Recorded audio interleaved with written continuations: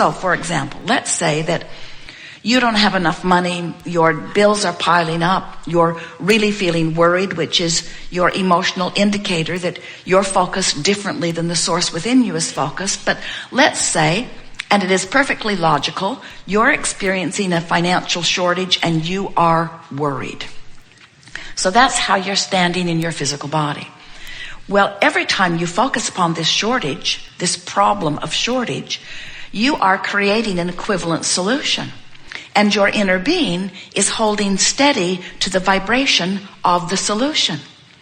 If we were talking about physical well-being, when your physical body is sick, you create a vibrational wellness that is more than was there before you got sick. In the same way that when you are experiencing exaggerated shortage, you're creating a vibrational equivalent of abundance that is more than it was before you experienced your shortage. So the problem actually, which as it came into focus, actually caused you to bring into focus an equivalent solution to which you do not have access while you are still worried. Your worry, in fact, is your emotional indicator that lets you know you are doing the problem part of the equation while the source within you is doing the solution part of the equation. But you, in your physical form, cannot have access to the solution as long as the problem is what is most active in your vibration. So many people say, well, then show me the money. Inner being, smarty pants that you are, standing over there with all of my abundance, fork it over. Give me the abundance, and when I see it, I will feel better. And we say, of course you would feel better if you could see the solution to your problem, but you have to find the solution to your problem vibrationally before it can manifest. You have to withdraw your attention from the problem before the solution can come into view. So you have something to think about all day, every day. Esther has really been pondering this recently.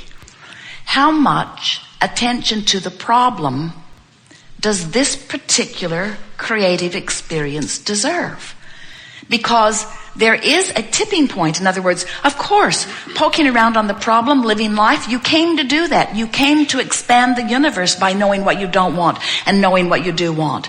But there is a time, and all of you have to decide when it is for you, that you're willing to say, all right, I've poked around at this problem significantly enough to create a really good solution. Now I think I'll tune myself to the solution rather than to the problem.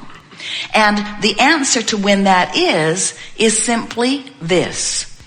How much discomfort am I willing to endure before I let go of the problem and let the solution show itself to me? Really, that's the only thing that makes the difference. Now, of course, most people, Esther included, who is standing in the attitude of poking around at the problem, immediately feels the discord of being a vibrational match to the problem rather than to the solution. And then something interesting kicks in for most of you.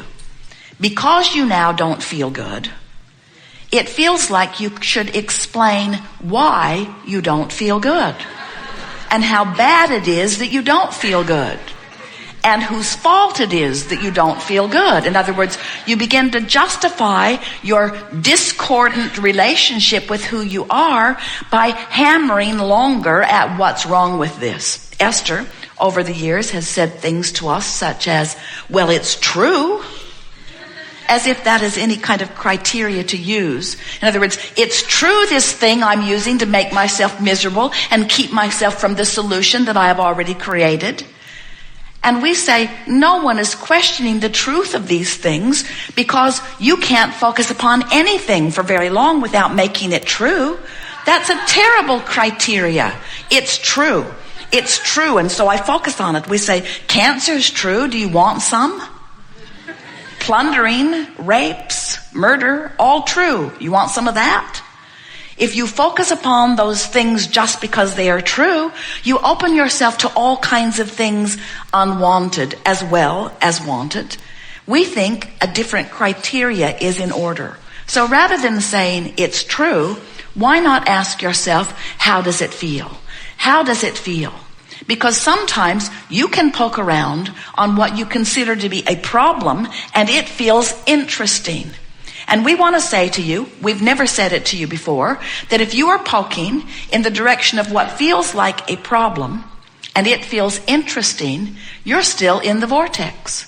In other words, if it still feels interesting, you are not separating yourself from who you are. You're working the contrast in a productive way from inside the vortex, because in every particle of the universe, even where we stand in non-physical, there is wanted and unwanted.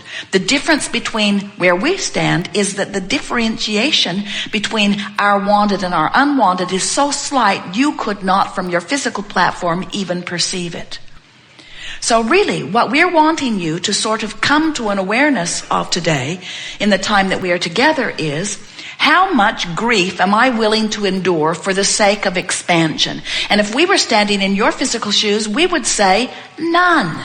Because you don't have to separate yourself from who you really are and what you want so long that you deprive yourself of the energy of alignment for so long that you are in grief or fear or despair. That's way, way, way overkill for what you intended when you decided to come forth and be a creator in this physical body.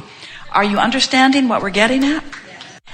Now, this emotion that you feel, it's really an interesting thing, because you could give it lots of different names depending upon what's happening in your life.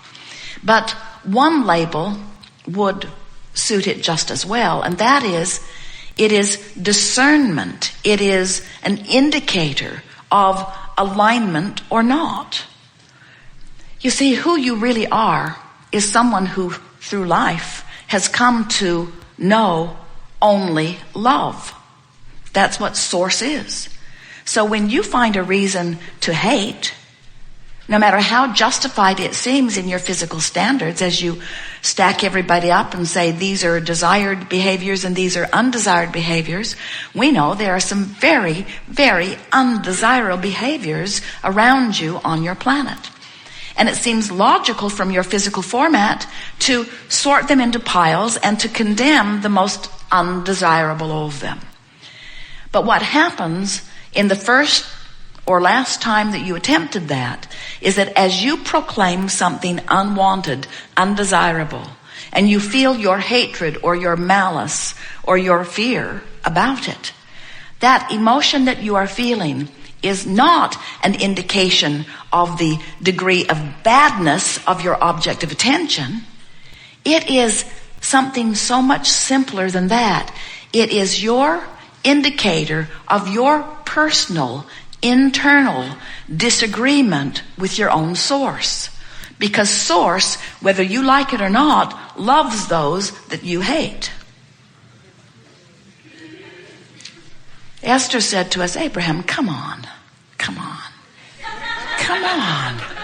You saw that. You don't really love that about that person, do you? And we say, if we cannot find a lovable aspect, we look somewhere else.